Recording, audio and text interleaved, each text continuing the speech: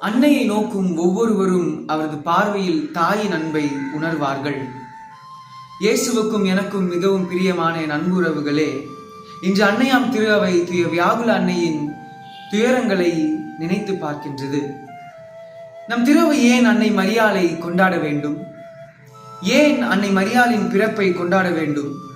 ஏன் அன்னை மரியாளின் வியாகுலங்களை நினைத்து பார்க்க வேண்டும் என்ற கேள்வியுடன் நான் துவங்க விரும்புகின்றேன். தன்னையே இவ்வுலகின் மீட்புக்காக அர்ப்பணித்தவர் தான் அன்னை மரியாள்.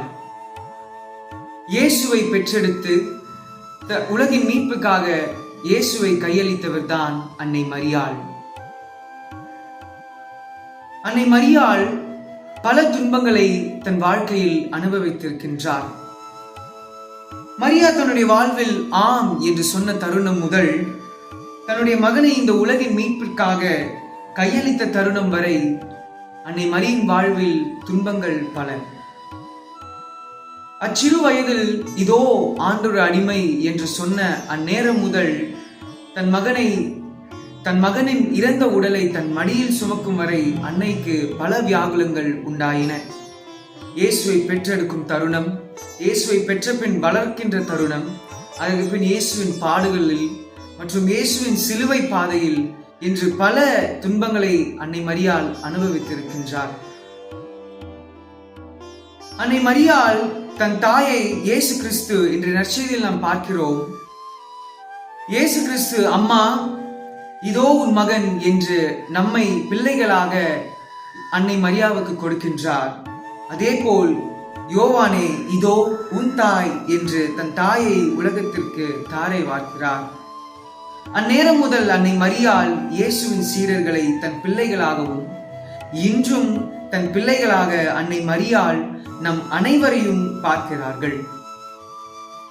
ஏன் இவ்வளவு திரளான மக்கள் கூட்டம் வேளாங்கண்ணியிலும் பெசன் நகரிலும் சென்னையில் அமைந்துள்ள சாஸ்திரி நகர், பட்டாபிராம், முத்தமிழ் நகர் என்று பல இடங்களில் ஏன் இன்னும் பார்க்கையில் நாம் வசிக்கும் இடங்களிலே சிறு சிறு கெபிகள் கட்டி அன்னைக்கு புகழ் மாலை, திருவிழா, புடவை, நகை, தின்பண்டங்கள் என்று பல அருஞ்சல்களை எதற்காக நாம் செய்ய வேண்டும்? இவை அனைத்திற்கும் காரணம் ஒன்றே, அன்னையின்றி ஏதும் இல்லை. சென்ற வாரம் அன்னைக்கு பிறந்த நாள் விழாவை கொண்டாடினோம்.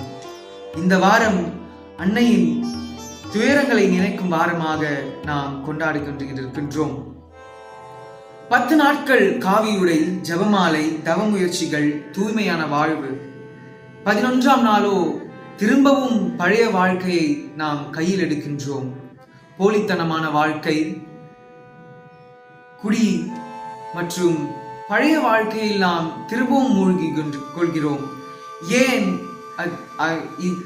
ஏன் அப்பெரும் அருஞ்செயல்கள், காவி உடைகள் மற்றும் தவ முயற்சிகள்? இவை அனைத்தும் தானே அன்னை மரியாவுக்கும் இயேசுவுக்கும் துன்பங்களையும் துயரங்களையும் கொடுக்கின்றன. அன்னை மரியாள் ஆம் என்று சொல்லி தன் மகனை சிலுவையில் அறையும் வரைதான் துன்பங்களை அனுபவித்தார்.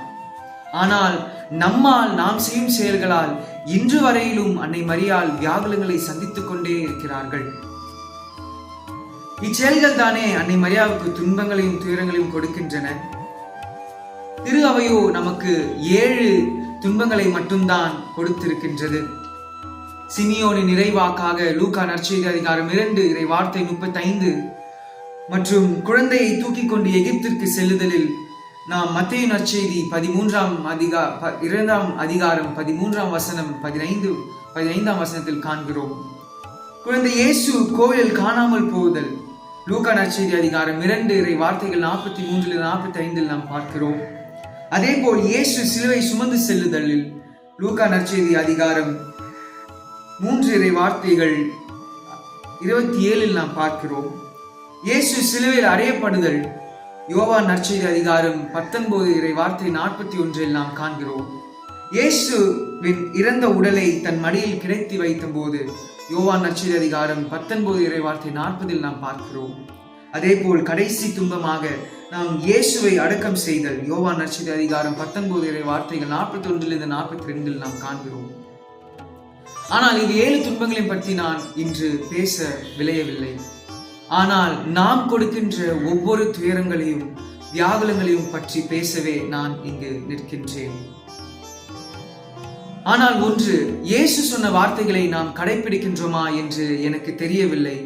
ஆனால் இயேசு கூறிய வார்த்தை மத்தேயு நற்செய்தி அதிகாரம் 18 இறை வார்த்தை 21 22 நாம் மிக சிறப்பாக கடைபிடிக்கின்றோம். எதிர்மாறாக இயேசு கூறுகிறார் அந்நற்செய்தியில், 7 முறை அல்ல 70 முறை உம் எதிரிகளையும் உமக்கு துன்பம் விளைவிக்கிறவர்களும் மன்னியுங்கள் என்று இயேசு கூறுகின்றார்.